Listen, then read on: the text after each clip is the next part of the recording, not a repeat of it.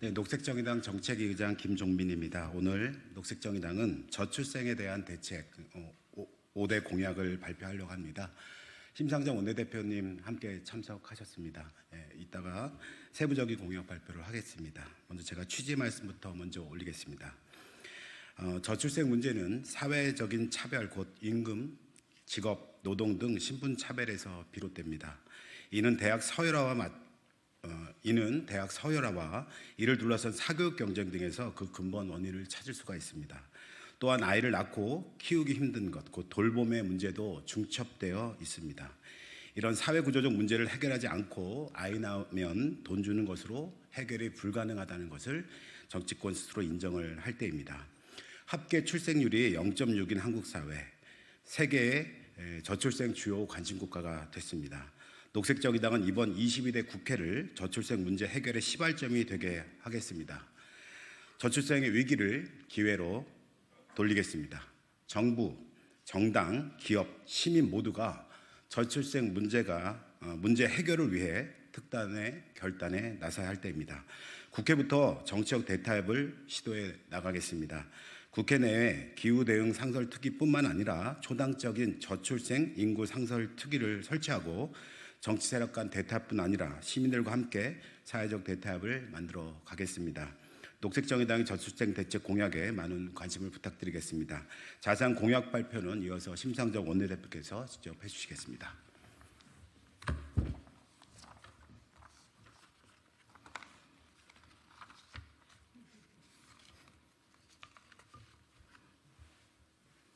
녹색정의당 공동선대위원장 심상정입니다. 오늘은 녹색정의당의 저출산 5대 정책에 대해서 말씀드리고자 이 자리에 섰습니다. 2023년 합계 출산율이 0.72입니다. 부모 2명이 자녀 0.72명을 낳는다는 말은 부모 세대에 비해 자녀 세대의 인구는 3분의 1로 줄어든다는 것을 의미합니다. 다시 한 세대가 지난 손자 세대에 이르면 9분의 1로 줄어듭니다. 군대에는 군인이 모자라 생활관이 비고 지방에서 시작된 폐교 바람은 서울까지 올라왔습니다. 대학은 통폐합 문제로 시끄럽고 기업은 물론 공직사회까지 인재 수급에 어려움을 겪고 있습니다. 대가 끊긴 곳에 미래가 없다는 근원적인 공포가 우리 눈앞에 다가왔습니다. 그러나 저출산은 문제가 아니라 문제의 결과입니다. 손가락이 아니라 달을 봐야 합니다. 문제의 본질은 결국 불평등입니다. 아니, 불평등을 넘어선 불평등의 고착화입니다. 저출산은 오랜 시간 누적되어 온 불평등을 방치한 대한민국이 받아든 참담한 성적표입니다. 지금 한국 사회에서 100가구가 아이를 낳는다면 그중에 54가구는 고소득층, 중위소득의 2배입니다. 중산층은 37가구, 저소득층, 중위소득의 2분의 1은 9가구입니다. 결국 경제적인 불평등이 저출산으로 이어지고 있습니다. 금수저가 아니면 극복할 수 없는 소득 격차가 자산 격차로, 자산 격차가 혼인 격차로, 혼인 격차가 출산 격차로 이어지고 있습니다. 불평등의 악순환이 우리 청년들이 갇혀 소멸하고 있습니다. 녹색정의당은 일하는 모든 시민의 권리를 지키고 부동산 투기를 근절함으로써 한국 사회 불평등을 해소하기 위해서 가장 앞장서서 노력해온 정당입니다. 녹색정의당의 저출산 대책은 자산 격차, 소득 격차, 시간 격차, 돌봄 격차, 교육 격차를 해결하는 것을 목표로 하는 불평등의 종합 대책입니다. 청년들에게 집도 주고 돈도 주고 시간도 줘야 합니다. 선심 베풀듯이 일회성으로 지어주는 것은 안 됩니다. 아이를 몇 명 낳으면 주겠다는 식의 조건적 대책도 안 됩니다. 그래서 녹색정의당은 저출산 5대 핵심 공약으로 첫째, 집 걱정 해소, 둘째, 연애할 시간 보장, 셋째, 임신 출산 사회 책임제, 넷째, 육아휴직 및 휴가 대책, 다섯째, 사교육 부담 해소를 제시합니다. 차례대로 말씀드리겠습니다. 첫째, 자산 격차 해소입니다. 10년 플러스 10년 집 걱정 끝입니다. 결혼 관계이든 동거관계이든 가족으로서 함께 살려는 청년들에게 공공임대주택을 제공합니다. 한국 사회 자산 불평등의 핵심은 주택입니다. 집 문제 때문에 사랑하는 사람과 함께 사는 것을 생각조차 못하는 청년들입니다. 일단 안정적으로 함께 살아볼 수 있도록 10년간 주택을 제공하겠습니다. 그리고 아이가 태어나면 또 10년간 거주를 보장하겠습니다.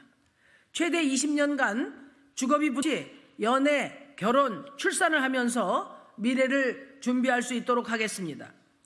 공공임대주택 확보를 위해 공공택지에는 공공주택만 짓도록 하고 향후 신도시 정비 시 공공주택 비율 20%로 하여 마련하겠습니다. 깡통 전세 주택의 공공 매입도 확대하겠습니다. 둘째, 시간 격차를 해소하겠습니다. 주 4일제와 근로시간 단축 청구권 확대 등을 통해서 노동시간을 단축하겠습니다.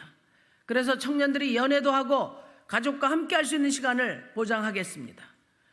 우리는 이미 유명한 연 1901시간의 전 세계적인 장시간 노동국가입니다.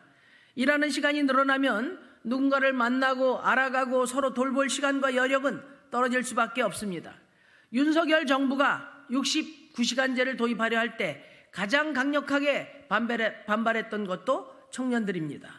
녹색정의당은 지난 대선 때 주 4일제를 첫 번째 공약으로 제시해서 국민들의 큰 공감을 받았습니다. 하루 노동시간 상한제를 두어 몰아쓰기가 없는 온전한 주 4일제 실시하겠습니다.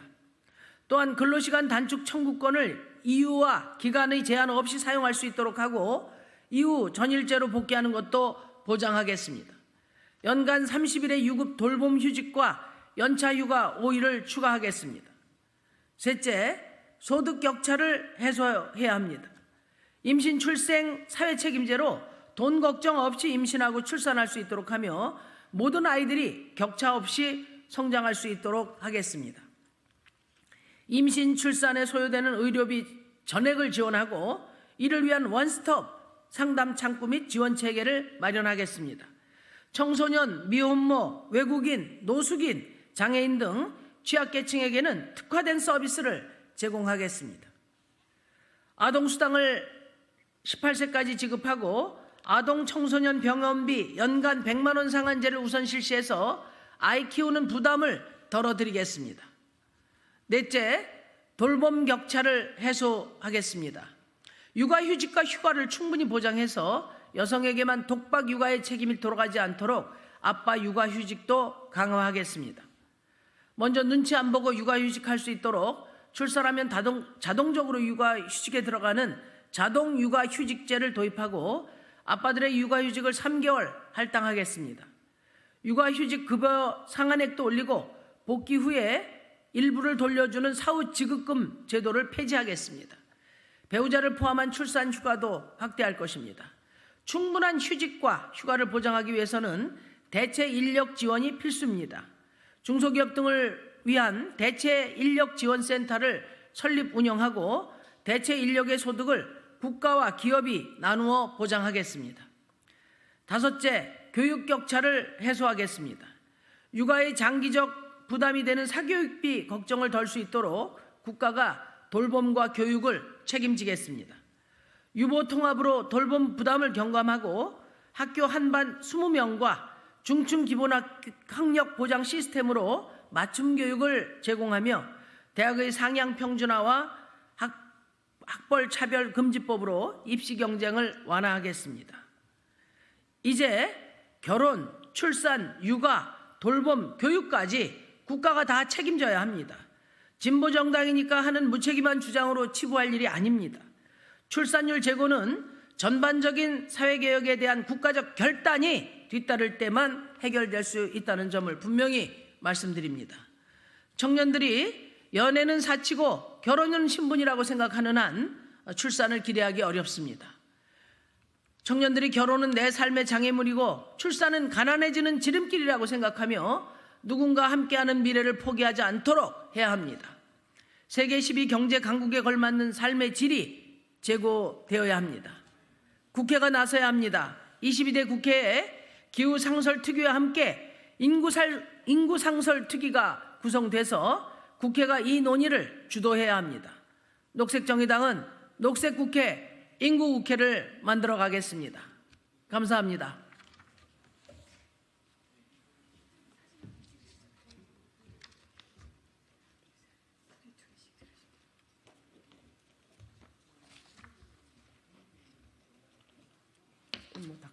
어떻게 하라고?